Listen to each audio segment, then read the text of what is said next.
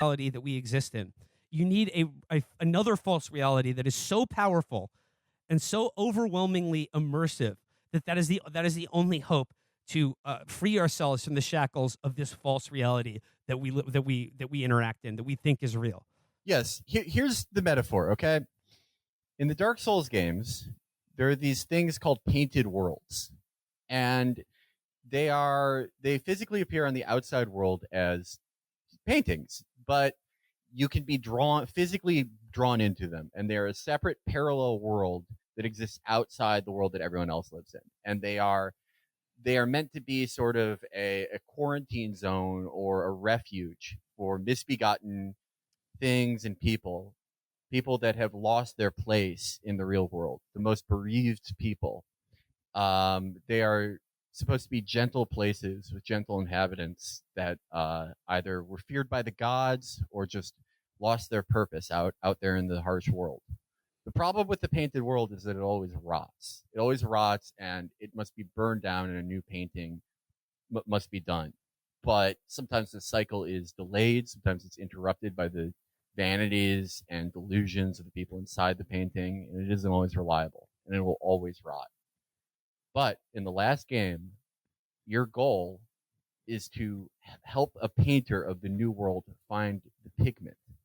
And that pigment that will allow a special new type of painting, the most calming, cold, cool painting that can house humanity forever. While the outside world dies, while we reach entropy outside, this painting will last forever because it will be painted with the dark soul of humanity, the pigment of the dark soul. James Cameron is the metaverse, all this shit, Twitter, everything, Marvel, fucking, even Ray Donovan. That's the old painted world. That's the old painted world. It just rots. It rots. I'm sorry, it just rots. And we can no longer burn things down. We're just living in the rot. We have no ability to burn down the painting anymore. One man can paint with the dark soul of humanity. What makes us good and bad. That's James. And he will give humanity a cool, gentle place. Okay, while the world outside dies. Felix, you say a cool, gentle place, a tranquil world, a calm hue, a calm pigment. Avatar 2, The Way of the Water. It's all just a nice, beautiful ocean blue, a nice clear white sand, just crystal clear ocean water. Yep. And if you want to say, what are you guys going to say after Avatar 2 comes out and we all see it and we don't transform the world into Pandora? Well, that's what Avatar 3 is for, motherfucker. Yes. If that wasn't enough, that's just setting us up. It's another stage as we go through the occult ritual to create internal alchemy. And if it takes 3 movies, it takes 3 fucking movies. It takes 4 How about 4 movies? I mean, he made 4.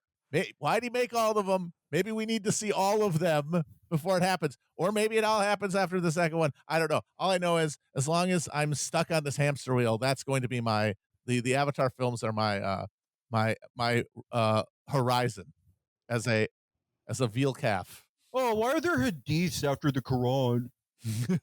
That's what you sound like. What all of you sound like.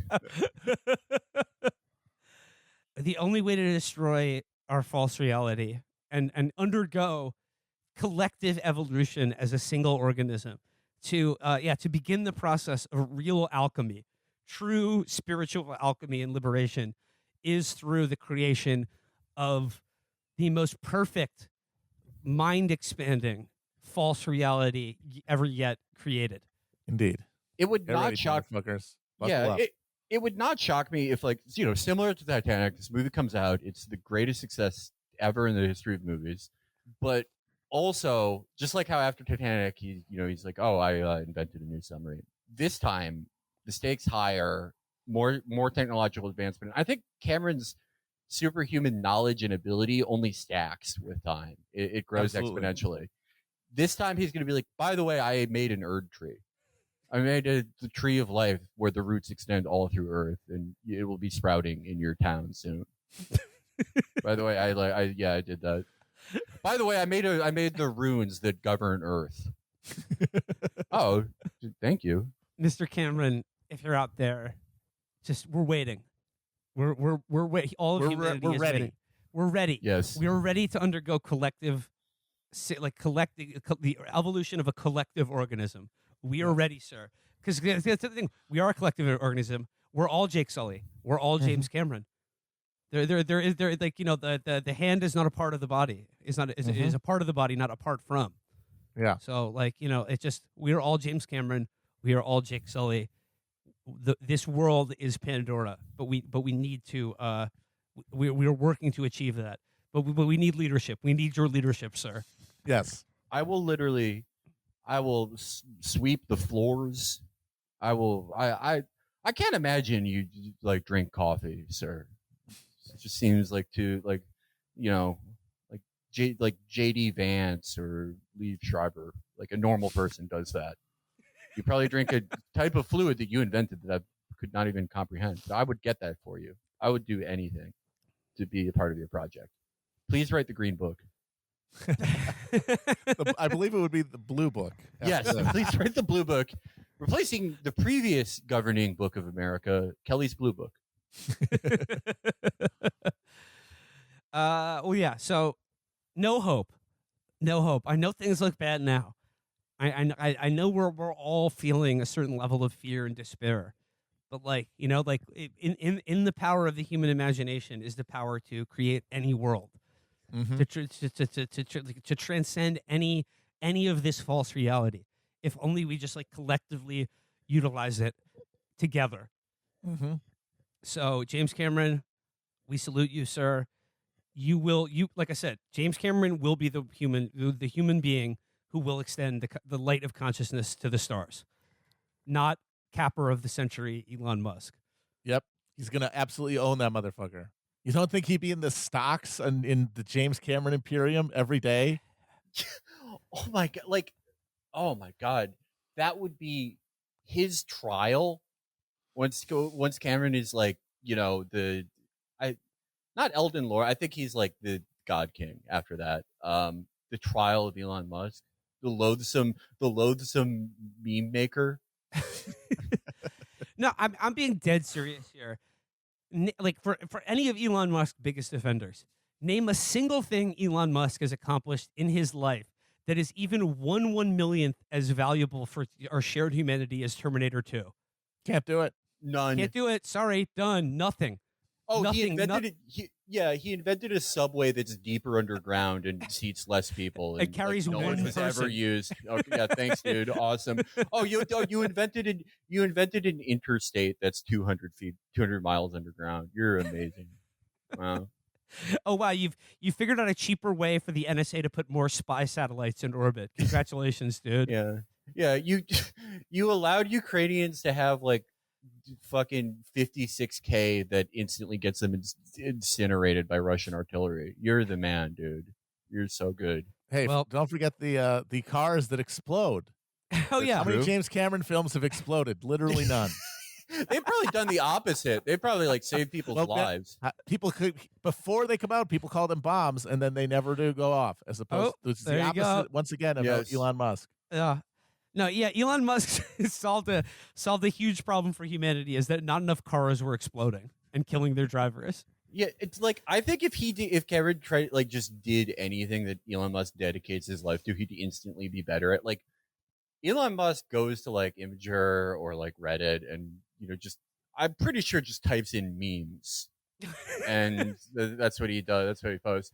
But if Cameron so got the inclination and he was like, I'm gonna get into memes, he would just invent a new one, and it would be called conscientious bush dog. And it would cause long lost brothers to talk to each other again. It would reunite families. It would actually change consciousness, as opposed to Elon Musk, who just posts the Doge from the Doge meme. No, James Cameron is creating a meme in the original sense of what meme was meant to be, which was like a gene, but to represent something that is not tangible and immeasurable. It's a way for how ideas evolve and species along with them. James Cameron's meme is the redemption of mankind through a kind of collective shift in consciousness. primarily that, but I also think if he just wanted to make a Bad Luck Brian, I would cry and laugh and cheer during it. All right.